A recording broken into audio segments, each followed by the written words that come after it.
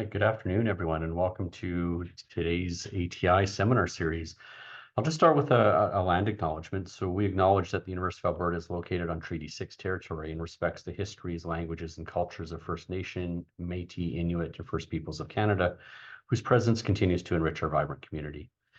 Before we get started with introducing our speaker today, I'd just like to again acknowledge Paladin, Astellas, and AstraZeneca for their support of the ATI seminar series.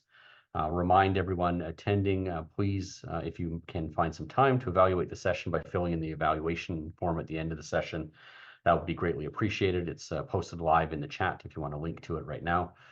And that feedback is really important for all of us as we look at preparing future sessions. So with that, it's my pleasure to introduce Paramita, who is the Director of Programs and Ecosystem Development at the Applied Pharmaceutical Innovation, which is Alberta's largest not-for-profit life science organization. She's also an adjunct assistant professor in the Department of Medicine here in the Faculty of Medicine and leads the Health Innovation Hub, which is the University of Alberta's lead incubator for health innovators here on campus. Paramita combines her rich background in academia and business with her passion for innovation to help support academics and entrepreneurs with their commercialization needs. I can personally attest to that, having worked with Paramita on my company and the supports they're able to offer. Prior to joining API, she was the Innovation and Entrepreneurship Manager for the Faculty of Medicine and Dentistry at the University of Alberta. She holds a PhD in Biochemistry and a Master's in Business Administration with specialization in Innovation and Entrepreneurship from the University of Alberta. Really excited to have her join us today as an active community builder. I just want to again call out the fact that she did receive the Connector of the Year Award from the Edmonton Startup Awards in May earlier this year. Really a testament to the work that she does to help build the community. So welcome, Paramita. She's going to be talking about translational research requirements and resources. I'll turn it over to you. So good afternoon, everyone. I am Paramita. I am the Director of Programs and Ecosystem Development with Applied Pharmaceutical Innovation, or API in short. And as Jason mentioned, I also am an adjunct faculty member at the university. So one of the things that I'm very passionate about is translational research. And that is something that I have been working on since I joined with the university about 3-4 years back, and also connected to my postdoc at the Faculty of Medicine and Dentistry. I was a postdoc at the Department of Biochemistry when all of this started, essentially from the conversations that happened and identifying that translational research is something which is very critical.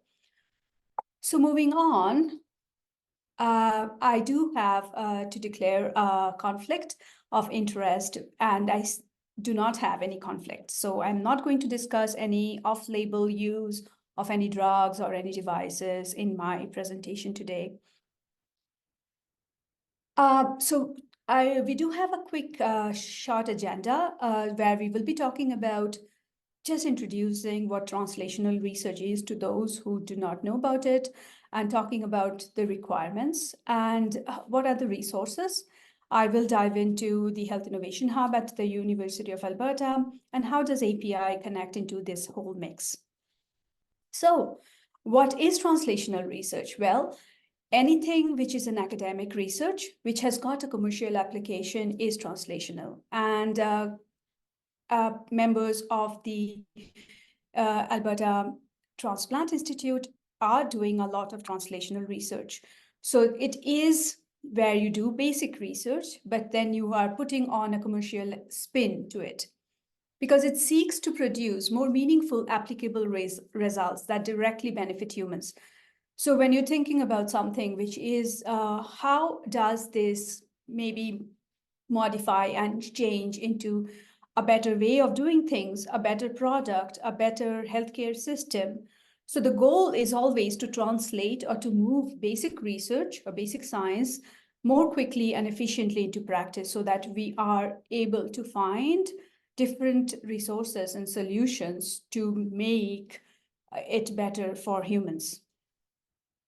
So here comes in another interesting concept about innovation basics, which is, if we think about just innovation, as academics, everyone is an innovator.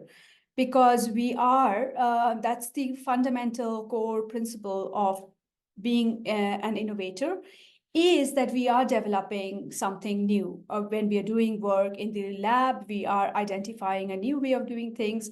It might be a new protocol, a new procedure, a new assay, whatever. It's new.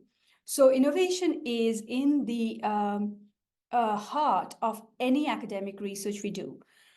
But when we think about it from the perspective of translation, at that time, we are thinking about it beyond just an academic paper.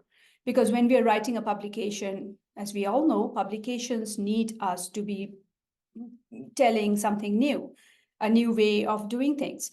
But then when you're thinking about it from a product or a process purpose, which is going to significantly improve the state of the art, and by that, I mean what is currently available. So if the state of the art is doing a biopsy, if you find a pathway or process by which you can improve it and do something different, then that is innovation, that is translational research. Most innovations are created at academic institutes because the brain, the science, the equipment, the resources, these are available at academic institutes. The collaborations, all of these happen at academic institutes.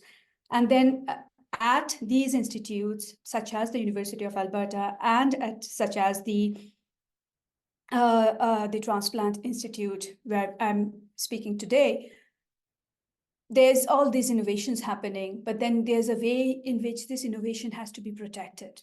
And that is intellectual property. And we talk about IP all the time. And we think about it as, okay, we are going to have IP. And it becomes sort of like a gray area. Some people know what IP is, some people do not. There's a lot of confusion. There's a lot of discussion on IP. But intellectual property is at the heart of anything. And there is a way for protecting it. And that's crucial, because if you have to take it forward into a translational and being able to create a product out of it, create a process out of it, move it to industry, you have to show that your IP is protected. So what would be the benefits of doing translational research? Number one, it's direct application of academic research. Then you're putting training to practice. So what you have been doing and identifying, okay, this is what it's going to be useful for, et cetera, et cetera. Now, suddenly you see that that is something that you are putting into practice. And now it gives a better sense of purpose as well. Research commercialization opportunities is also a very interesting thing, because unlike just basic research, where the incentive is to look at driving new discoveries, finding new ways of doing things, not necessarily commercialization. Then there could be getting a better faculty position, moving on and doing a better postdoc, etc. But when you're thinking about translational research, there's the concept of money comes in. And that becomes an interesting aspect, especially if these are faculty members. Then translational research leads to additional funding. Because believe it or not, there are other pots of money which a translational researcher can tap into, which a basic researcher cannot. And then also, it also incentivizes postdocs and graduate students, because now it opens up a different path for them. Where they were earlier thinking about the straight and narrow for academic route, now there are other things that can happen. And then there's also the potential for training students on industry projects, which is the development of these translatable skills that we talk of. Often when I mentor students and we are talking about what are the things that you're taking forward into your career pathway, many people come to me and say, I am only a postdoc or I'm only a grad student. And I argue that because nobody is only a postdoc or only a grad student. There's so many translatable skills that they're not aware of. So doing translational research actually helps them to get the training on the job. And then there's also another aspect of creation of spin-offs and creation of startups, creation of these companies, which can lead to, again, more commercialization, additional funding, etc. and additional revenue for the research group from technology transfer. So we talked about IP. Now, once somebody has IP, they have the potential of taking that IP and selling that IP, or taking that IP and translating it into a spin-off company. Now, not everybody is going to become a commercialization guru. So they might not be interested in creating a company, but they can definitely look at it from the perspective of using this as valuable real estate to sell or to license to be able to get revenue for their research moving forward. And this is the future. So, which is why translational research is something that everybody has to get on the bandwagon sometime, or now or in the future. The thing about translational research is that there are resources that are needed. It's not the same as just doing basic research. There are a little bit of nuances because you need access to information. There's need for a mindset. So this is what we call the innovation culture, that yes, I will be doing something. So that's a change management thing that people need to be thinking of. Technology transfer officers, because again, if you have to protect IP, you need to know how to go about it. So not everybody will know that, but then the resources needs to be there, which can support the people who need to know it. Innovation hubs are again something which is important. Acceleration and incubation programs, funding sources. Then there's another one, which is prototype development and product development services. So if there is somebody who is looking at creating a new product, or they want to move forward with it, they start a prototype, and then there needs to be services which will support them in doing these things. Collaborations are again something which is very valuable and absolutely needed. Are advisors and mentors, people who have done this before, so that people learn from other people, and then they're not making the same mistakes, they're learning and they're just growing and building. But then there are barriers as well. All of those points that I talked about as the resources that are needed, all of these can become barriers because the access to information might be limiting. The innovation culture might not just be there. The people might just not be ready. Technology transfer offices might not be set up. And then there might not be innovation hubs. So again, all of these could look as barriers, and which is why there are processes set in place to eliminate or remove these barriers, such as local acceleration incubation programs, and to create these things, having access to funding, which is important, to find how can I have a product development service and I know that it's reliable. And also industry collaborations. How does an academic just go about doing industry collaborations? How do they know who to approach, or whether this is going to do anything at all? So those are important aspects of it. So I have here what is called the Gartner hype cycle of emerging technologies. So Gartner is a market research publication house, and they bring forth multiple different types of like analysis. And one of these analysis is the hype cycle. So at the beginning, you see that if we put it on a graph of an X and Y on expectations versus time, the moment somebody starts doing something innovative, or they think, oh, wow, we are going to have there's a big hype, and that hype is the peak of inflated expectations. As in 1 year or 2 years, we are going to be able to do this. And then reality sets in. And when reality sets in, that is the trough of disillusionment. And slowly and steadily, people start realizing, okay, what I was thinking is a 1 or 2 years window is probably not so much, because if we think about it from health and life sciences, nothing gets done in 1 or 2 years. There's a lot of things that need to be in place. There's regulations that need to be in place, IP that needs to be in place. So then there's the slope of enlightenment when people start realizing, okay, this is how we need to work on it, and then productivity plateau. And here on the top, I also have academic push versus industry pull.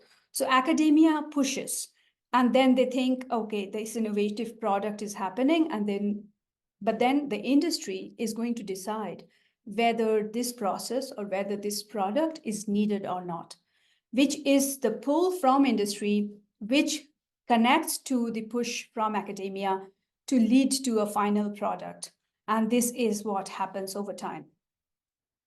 So there are several different requirements. And now, once academic push and pull have connected and coalesced, we see that there are 4 different buckets which are needed for translational research.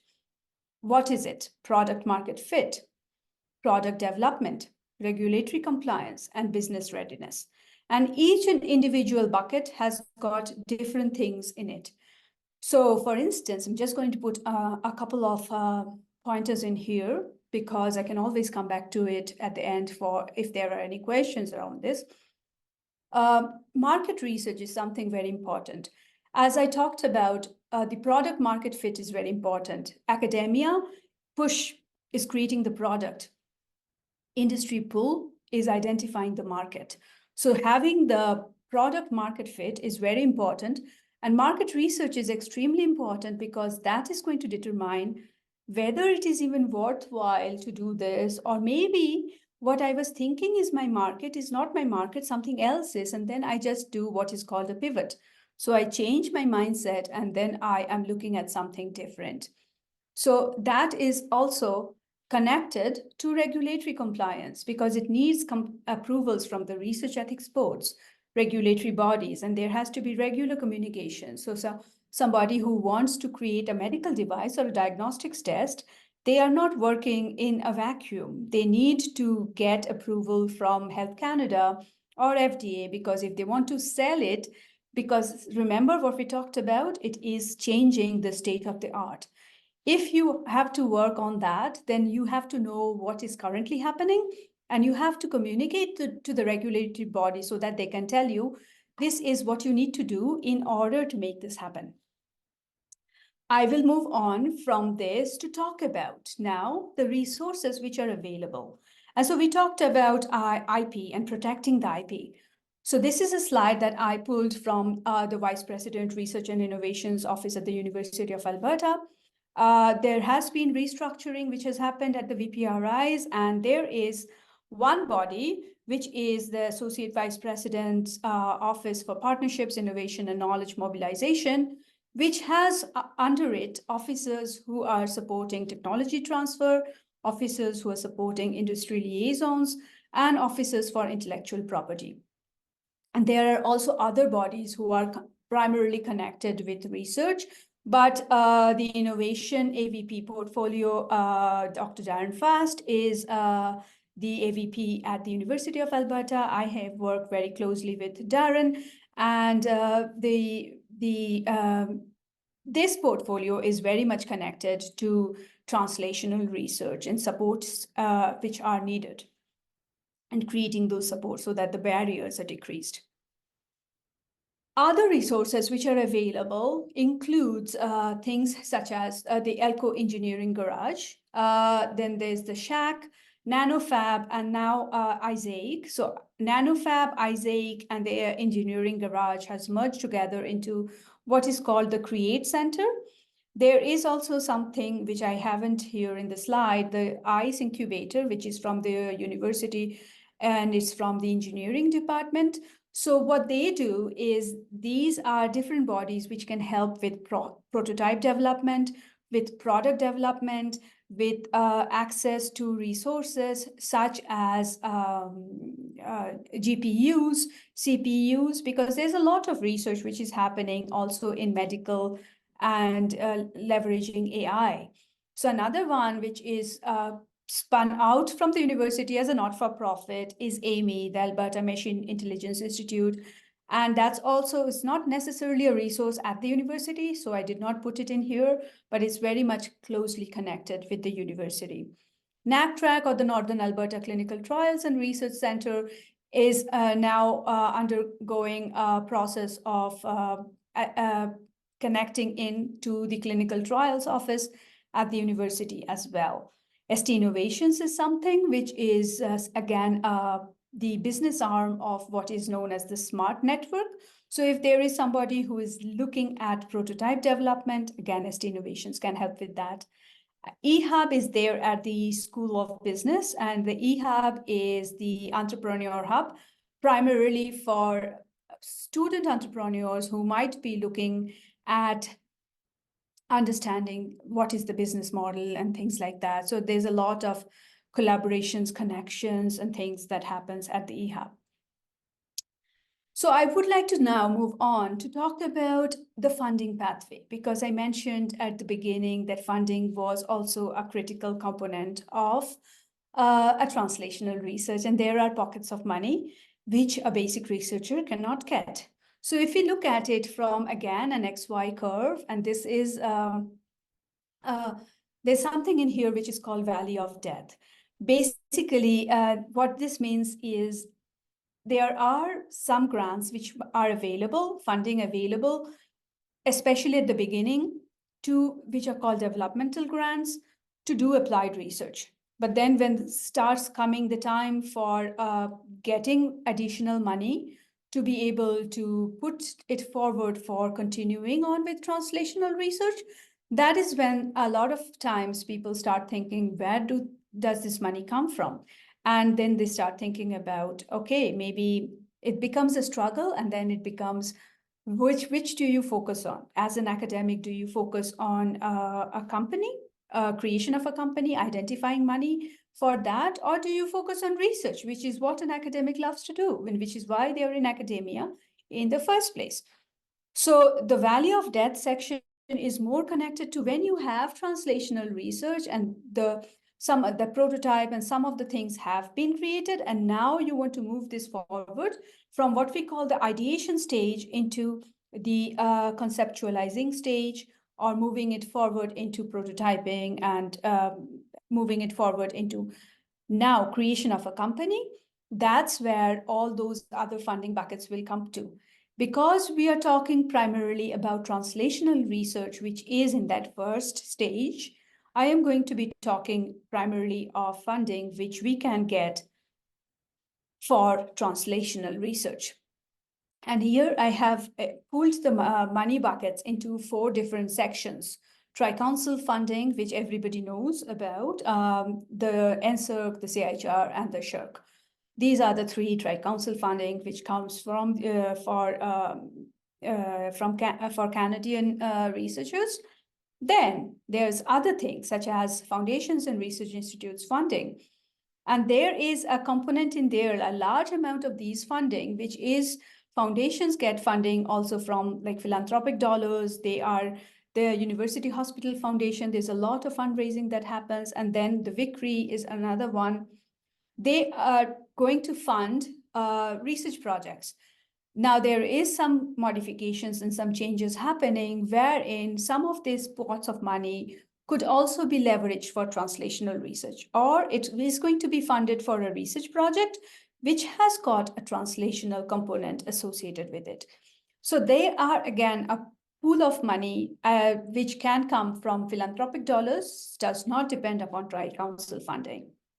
Then there's another one which is called government funding. And government funding for such as the Prairie's economic development, or the innovation, which is, I said, innovation, science, and economic development, the Innovation Canada Foundation, Alberta Innovates, and the government of Alberta, all of them provide different types of funding, sometimes as call for proposals, sometimes also, for instance, the Canada Innovation Foundation and I said, often provide calls for proposals where there are proposals for people to work on challenges which the government has, and then they submit these challenges, and then people can apply for it. And this is another way for academics to leverage government funding for their translational needs.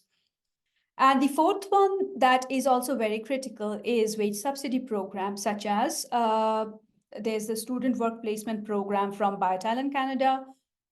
MyTax provides a lot of funding. There are multiple different buckets of funding associated with MyTax. MyTax postdoctoral fellows, MyTax as entrepreneurs, MyTax as just internships, MyTax for travel grants. So there's lots of things that MyTax does. Alberta Innovates also provides wage subsidy programs because there's a Alberta Innovates postdoctoral, Alberta Innovates student funding, the summer internships, things like that. But Alberta is another one who leverages some work integrated learning components as well. So they do provide that as well. So several different types of funding available. And now let's move on to innovation hubs. And here I would like to talk about the Health Innovation Hub. Jason has mentioned in his introduction about the Health Innovation Hub, which is the University of Alberta's lead incubator for life sciences and health innovators and entrepreneurs who are working towards better human health outcomes. So currently, if we just look at what is the companies, what is the distribution of companies which are there at the Health Innovation Hub, we have a total of 68 companies, and there's a sector map, which I have also provided in here.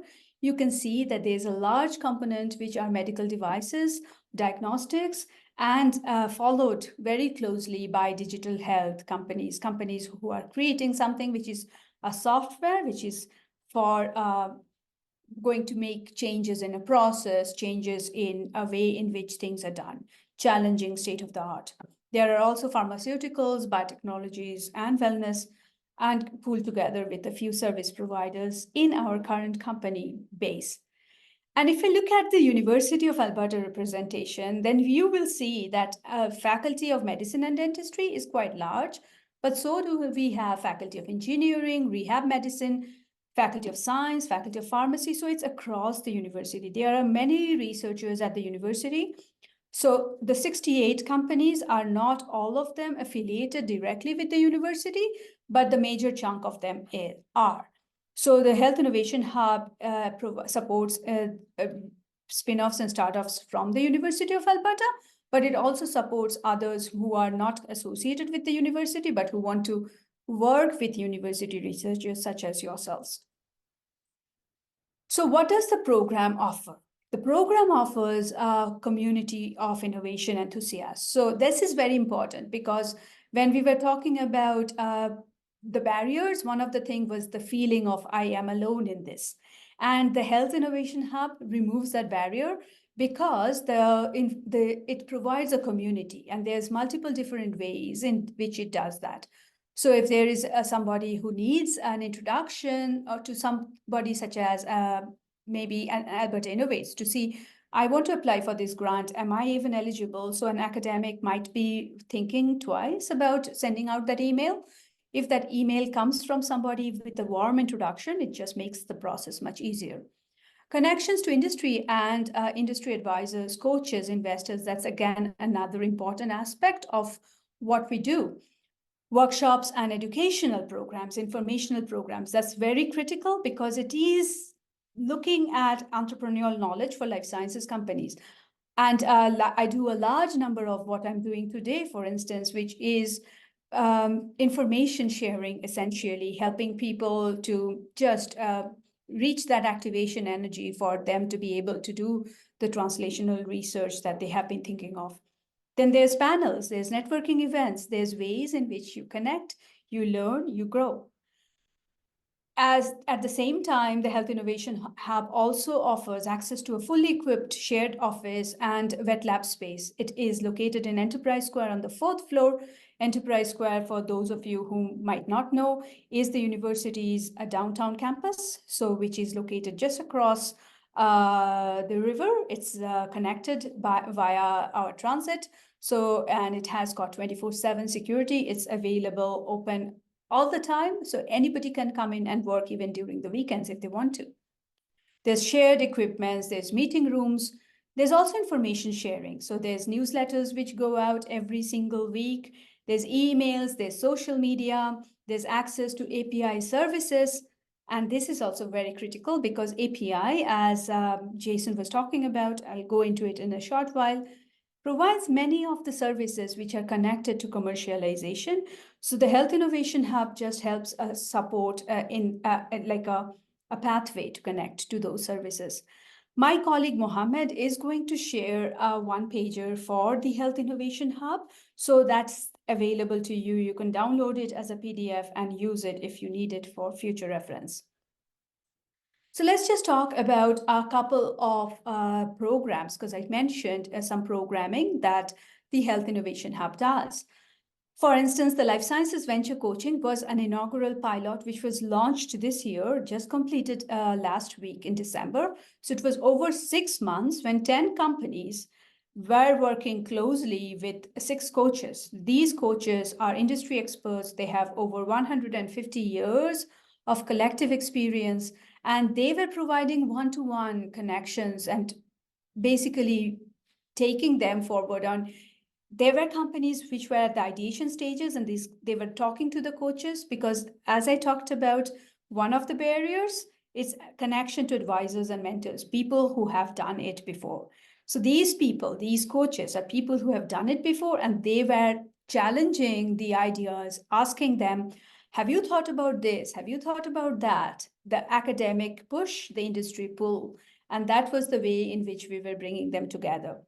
There were also interactive presentations. Every single month, there was one presentation.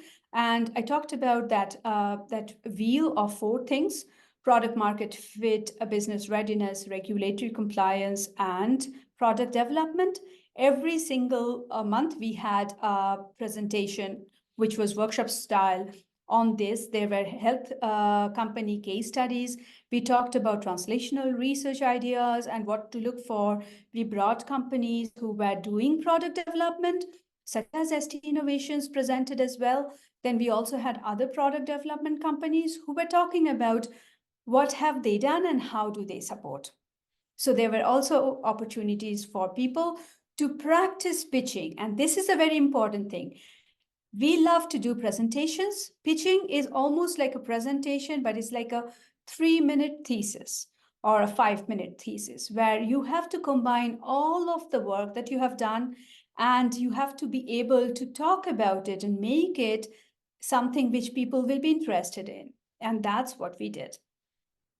The curriculum involved, as I talked about it already, different options for funding, how will you research your product's market, the steps that go into creating this life sciences translational product or process, and identifying the needs therein, the regulatory process, what is needed, and how would you pitch. Let's talk about another one. This is research to revenue, and this was again an inaugural pilot program which happened in October over 4 weeks. And so we had 30 participants. There were over 8 lectures. 4 service providers came and did presentations. There were 2 industry presentations happening. And this was also a workshop based, and it was primarily about translating clinical research into commercialization.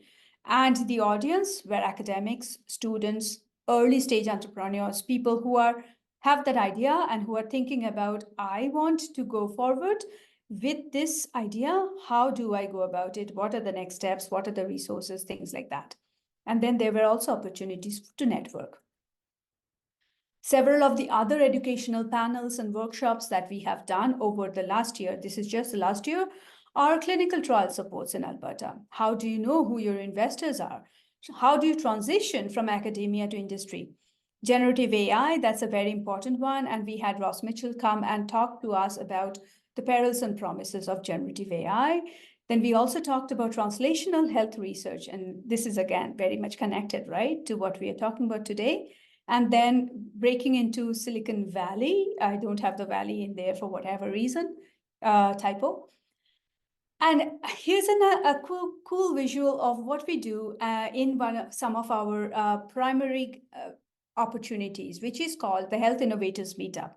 And I cannot say enough about the Health Innovators Meetup, because this is the first of its kind meetup, it started last year, the year before, and it's focused on just bringing together academics, students, industry, service providers, all of them together in an informal method or a way for them to listen to panel, to engage in network, and then to remove several of the barriers that we identified through just this one pathway, the meetup.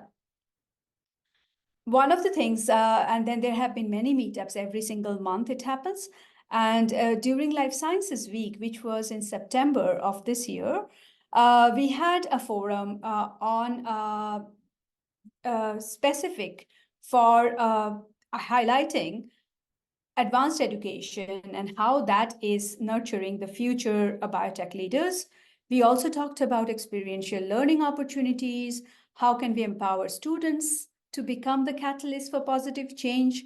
Because often enough, many students are the ones who are the change makers in their lab, who are changing the innovation culture and bringing forth translational research ideas.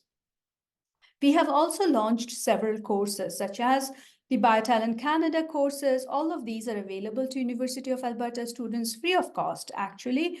Includes GLP fundamentals, GMPs, quality assurance, and then good clinical practices.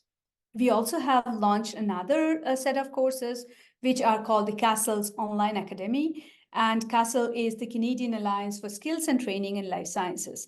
And this talks about all the different courses. So if somebody is an academic student and does not want to go into industry, wants to work in translational research, but does not want to create a company or something, how do they make that leap from academia to industry? So these courses give the foundations for understanding what are the needs for industry.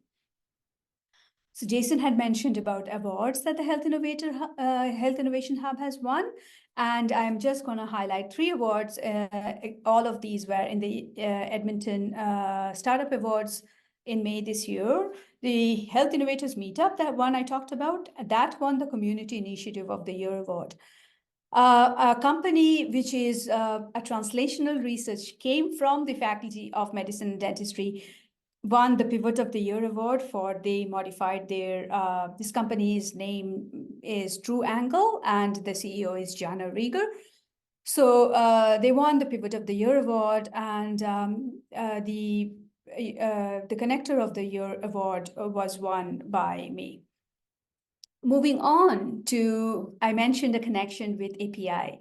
What happened earlier in this year was there was a memorandum of understanding which was created between the University of Alberta and API around the Health Innovation Hub. So this partnership brings the Health Innovation Hub under API's operations while remaining University of Alberta asset. So what does that help? It does win-win, because now we have 2 forces which have joined together to build robust programs, because the university can do what it does the best, which is academic research, translation, and API is the industry partner. So it decreases that barrier to how do you collaborate with industry. So not only does that help the University of Alberta researchers to get space and to get the programming supports that the HIH provides, but it also allows them to connect with industry experts at API, for instance, when they are thinking about, okay, I want to understand the regulatory pathway. How do I go about it? What is needed for a company creation? So then it just becomes a 2-way nexus between the U of A and with industry. Next, expands the network, can participate in larger funding asks, and then commercialization services by API, as I mentioned. So Jason also talked about this in his introduction. API is Alberta's largest not-for-profit life sciences organization, where our primary mandate is to bridge the gap between academic research and commercial development by building capacity and training students, eliminating barriers for SMEs are small and medium enterprises, industry, and innovators. And our core activities connect to 3 main things: providing industry with the opportunity to access this world-class expertise and services, to support researchers and startups, to create this viable path forward, and train and empower postdoctoral students and fellows to become the next generation of innovators. Since launching in 2018, so we have been about 5 years old, We've worked on more than 75 industry projects. We have more than 50 companies we have supported. We have a large number of staff members, a large number of network experts, and we have raised over 500 million in value creation for health innovation for life sciences companies. So with that, I want to bring us back into this one slide that I talked about earlier, barriers in translational research, and how you can see that Health Innovation Hub and the partnership between the university and API is actually leveraging many of these. Technology transfer services, for instance, is something that is already existing at the university. The Health Innovation Hub does not have a role in that, but we just help people who might be looking at where do we go next, and then we can connect them if they need those supports. Many of those supports already exist at the university, but the pathfinding is something that we help them to do. And then I come on to my next critical slides, which is the Health Innovation Hub is always welcoming companies to join. So you can join as a company. So there's 3 ways in which you can get in. One is as a company, one is as an academic, and the third is as a student.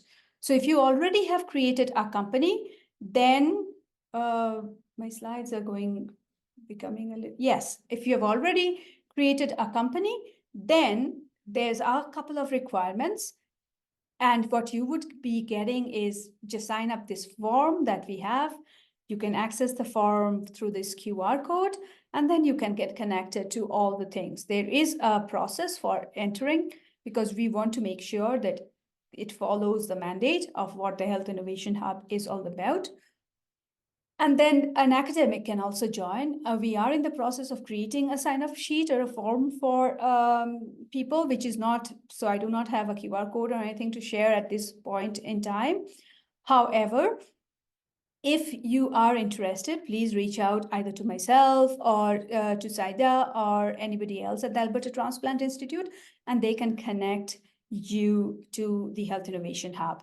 And then you would become, there is also an opportunity to hire MyTech students. That's something that the academics are always very interested in. And then also to be considered as subject matter experts. Because one thing happens is we get industry experts coming in who want to collaborate with the university. They are the ones who are bringing in the industry dollars, but they want a researcher to be able to work on their product.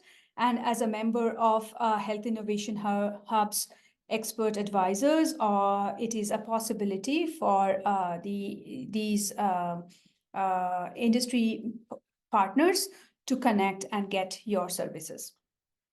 So there's also invitations to all of our networking events. And then a student can also join.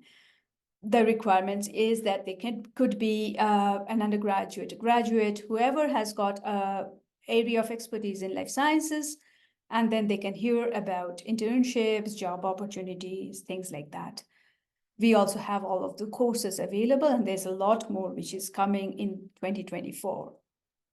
There is a QR code to join the Talent Hub. At this moment, we are above 100 members in the Talent Hub, and they get invitations to all of our networking events, and they do often come. So it's a very, very viable pathway for anybody who's interested in understanding or engaging with industry so that you can build those relationships to be able to use that for your next career move. So to conclude, translational research is the future. There are resources that are needed. Our university has a lot of these resources, including the Health Innovation Hub, which is the lead health and life sciences incubator for innovators and entrepreneurs. And this partnership with API is reducing the barriers for translational research. With that, I will hand it over to Jason. Thank you so much, everyone. It was a pleasure presenting. I'll kick off things, Paramita. So in your experience, what has been the biggest barrier for a faculty member who's made a discovery that's got commercial potential, really getting it to that first step? What can the Health Innovation Hub help with? Yes. So the biggest barrier that I have seen in my experience is always access to information. And this access to information thing is something very useful because um, what happens is academics, faculty members, they're expert at research, right? So they're looking at research and they're seeing, and then if you look at innovation research, and then you find all of these, and sometimes it can become too confusing because you see, okay, there's all these things needed, and then it becomes overwhelming. So I'll give you an example. There's a company who has asked us, so I'm working with them very closely. They had a conversation with someone and they became so overwhelmed that they're like, this is too much information. So access to information is needed. By what that I mean, right information. So there's too much information. I don't know what is right information. So pathfinding, that hand holding, that is something which is very critical. And then there's also another thing that an early stage company or an academic. So you have, say, somebody has created IP, and that IP is residing at the university, but then they want to think about creation of a company or to move that forward, and they do not really know how to go about it. Because as you're very well aware, Jason, if you have the IP is located in the university, the tech transfer officers can help with licensing, identifying licensing opportunities, but not necessarily. If you want to create a company or something, then you're on your own. They can give you a list of the different IP lawyers, but then how do you know who to go to? Or if you have to go to a consultant for regulatory and understanding the regulatory aspect, do you even know who this person is and whether they have got a background of information? Where will I get the data from? All the different things that are needed. It becomes confusing when particularly somebody is thinking about beyond just writing a paper. Yeah, absolutely. No, and that was my experience uh, about 20 years ago when we were spinning off technology and had no real pathway within the university. I had to go and get an MBA to sort of figure it out myself. And I'm glad to see that there's again, services and supports now there for faculty beyond, again, what the Office of the Vice President of Research and Innovation can offer with tech transfer. What's the next step after that? And I think it's, the services and provision of resources on campus and with the Health Innovation Hub are fantastic. Yes. Are there any other questions for Paramita? Scanning. Yeah, the one pager has been posted. As well as the links to join. So if you want to check the chat, those are located there. And yeah, go ahead. Hi, sorry, I have a terrible connection maybe. I'm in my car. Can you hear me okay? Yes, we can. Okay, thanks. That was an excellent presentation. The Valley of Death alarmed me, but I won't I won't dwell on that. My question is maybe kind of specific to diagnostics. My background is that I work in a clinical lab, and so thinking about translational research into the clinical lab, have you seen barriers where the barrier is on the accreditation side of labs, like overcoming what the current practice is specifically with regard to accreditation rules and regulations? And do you have any suggestions of how to start thinking about those barriers if you've seen that? Absolutely, that's an excellent question. And the accreditation of labs, particularly if somebody is creating a diagnostic test, and maybe this is a lab-based test or something, and then you are working off a research lab and you want to get it accredited, that is definitely an important aspect of that entire pathway. We do have a company at the Health Innovation Hub. It's a startup from the University of Alberta, and they are located at the Health Innovation Hub. So if you want, I can make that introduction to them so they can help you identify how they went about getting their accreditation. So they recently got the CPSA, and I believe they're looking at other accreditation in the near future. So one of the things, the point that you raise about accreditation for the lab for a diagnostic test, that comes further along. So accreditation is needed when you're thinking about taking that, so you are beyond prototype development. You have done your research, you've got the data, you have created your test, and now you want to sell the test. And you're looking at how, in order to be able to sell the test, you need accreditation. And that's where you're working with ethics boards, with audit, you are doing a ton of work with the accreditation boards are going to tell you what are the things that they need. All those documents, you have to have a quality management system. Everything has to be very rigorous. And so this company has gone through that entire pathway already, and they are revenue generating at this moment. So that is something, I can make that connection to you if you are looking for that particular specific need. Yeah, that would be fantastic, and thank you. That is sort of, I think, what I was. That was you understood my question for sure. So thank you so much. No worries. Oh, yes. Jason knows how to reach me, so maybe he can connect us. Wonderful, and he knows how to reach me as well. Jason. I thought he might. I seem to be a critical node in a hub spokes model here. Alim, you have a question. Yeah, thanks a lot, Paramita. That was an excellent presentation.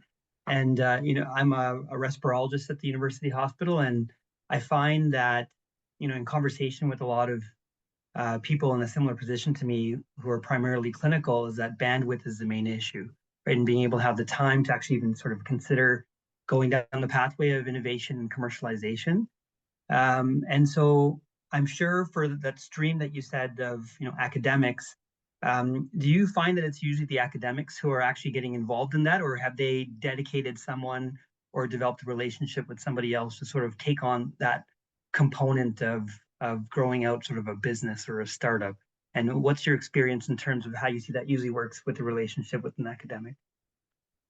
Another excellent question. So I am going to give you two examples. One, no mentioning any names though, for confidentiality, but there is somebody who took a sabbatical, who is an academic, who took a sabbatical, especially because of that bandwidth question, that bandwidth point, and they were working off the side of their desk, and nothing great or monumental can happen unless and until you're committed.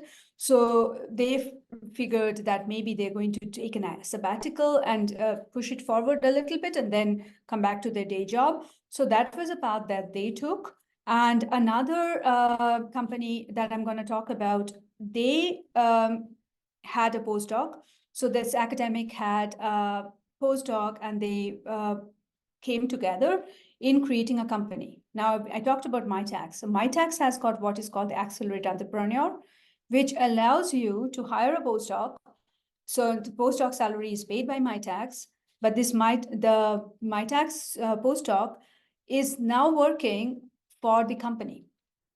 So the way that is set up is you have to incorporate a company. The postdoc has to have like a stakeholder, has to have shares, and not just like 1% or 2%, but significant shares, so that postdoc is committed in doing the work.